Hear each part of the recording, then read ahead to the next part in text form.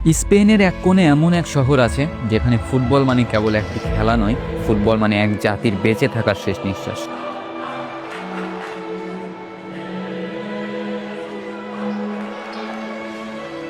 কাতালানদের ভাষায় একটি কথা আছে, মেস কি উন ক্লুব, যার অর্থ ক্লাবের চেয়েও বেশি কিছু।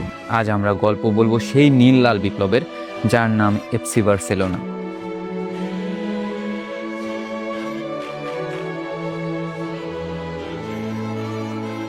এটি কেবল 11 জন খেলোয়াড়দের গল্প নয়, এটি একটি রক্তে মিশে থাকা আদর্শ, এক টুকরো আগুন যা 125 বছর ধরে জ্বলছে।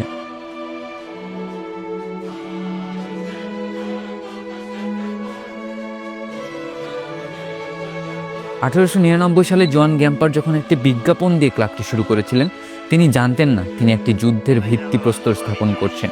বার্সেলোনার ইতিহাসের নিচে লুকিয়ে আছে এক গভীর ক্ষত। 1938 সাল স্বৈরশাসক ফ্র্যাঙ্কোর আমলে যখন কাতালান ভাষায় কথা বলা অপরাধ ছিল, যখন ক্লাবের প্রেসিডেন্ট জোসেফ সানিওলকে কোনো বিচার ছাড়াই ফাঁসি দেওয়া হয়েছিল, তখন এই ক্লাবটি ছিল একটি জাতির একমাত্র কণ্ঠস্বর। ক্যাম্প নু ছিল সেই পবিত্র মন্দির যেখানে মানুষ নিজের ভাষায় চিৎকার করার সাহস পেত। বার্সেলোনা মানে পরাজয়ের মাঝেও মাথা উঁচু করে দাঁড়ানো এক অবিনশ্বর প্রতিরোধের নাম।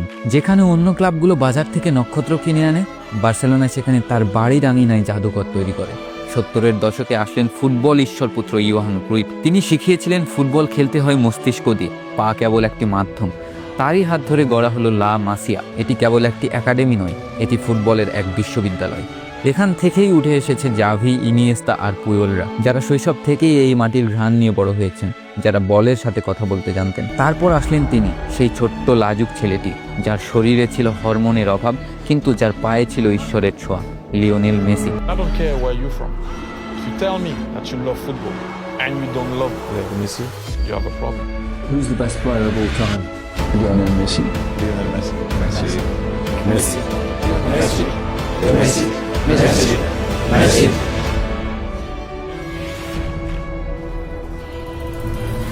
Barcelona first team is very strong this year, and I think they can achieve a lot. But it's true there's lots of games as well, and there'll be some opportunities for players like me to play in the first team this season. Now Messi. Will he get that first goal for Barcelona? Remember the name, Lionel Messi. Barcelona তাকে রক্ত দিয়েছিল, সুস্থ করেছিল, আর Messi তার প্রতিদানে এই ক্লাবকে দিয়েছিল অমরত্ব। Pep গার্দিওলার সেই সোনালী যুগ, 2009 সালের সেই অবিশ্বাস্য হেক্সা, এক বছরে 6টি ট্রফি, রিয়াল মাদ্রিদকে তাদেরই মাঠে 6-2 গোলে ধুলোয় মিশিয়ে দেওয়া, জাভি, ইনিয়েস্তার পাসের সেই স্বর্গীয় ছন্দ যাকে ফুটবল বিশ্ব চেনে টিকি টাকা নামে। বার্সেলোনা তখন আর কোনো দল ছিল না, তারা ছিল সবুজ ঘাসে আঁকা এক জীবন্ত কবিতা। সেই রাতে যখন ক্যান্সারের সাথে লড়াই করা আবিদালের হাতে পুয়োল চ্যাম্পিয়ন্স লিগ ট্রফিটি তুলে দিয়েছিলেন, সেদিন পৃথিবী বুঝেছিল বার্সেলোনা কেন আলাদা।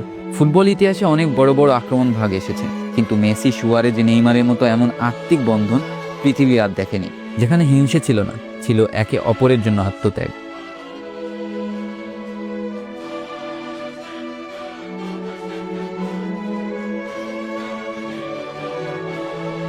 নেইমার যখন বার্সেলোনায় যোগ দিলেন, তখন তিনি বাংলাদেশের সকল আর্জেন্টিনা এবং ব্রাজিল সমর্থকদের নিয়ে আসলেন এক কেন্দ্রবিন্দুতে, যার নাম বার্সেলোনা। কিন্তু সব মহাকাব্য সুখের হয় না।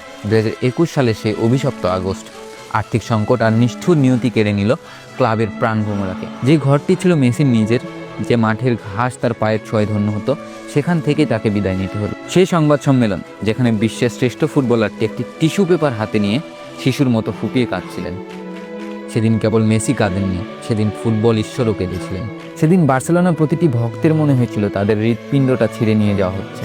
অনেকেই বলে বার্সেলোনা শেষ হয়ে গেছে, কিন্তু তারা ভুলে গেছে বার্সেলোনা একটি ফিনিক্স পাখি। এটি যতবারই ছাই হয়ে যায়, ততবার তার চেয়েও শক্তিশালী হয়ে ফিরে আসে।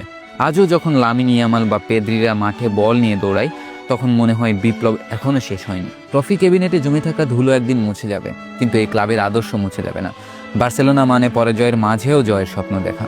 এটি একটি অন্তহীন প্রেম, যাতে কোনো ধোঁকা নেই। যতদিন ফুটবল থাকবে, যতদিন পৃথিবীর কোথাও একটি বালক বল নিয়ে দৌড়াবে, ততদিন বার্সেলোনার নাম উচ্চারিত হবে সম্মানের সাথে। কারণ বার্সেলোনা মানে কেবল একটি ক্লাব নয়, বার্সেলোনা মানে একটি আবেগ, একটি ইতিহাস, একটি আজন্ম বেঁচে থাকার গল্প।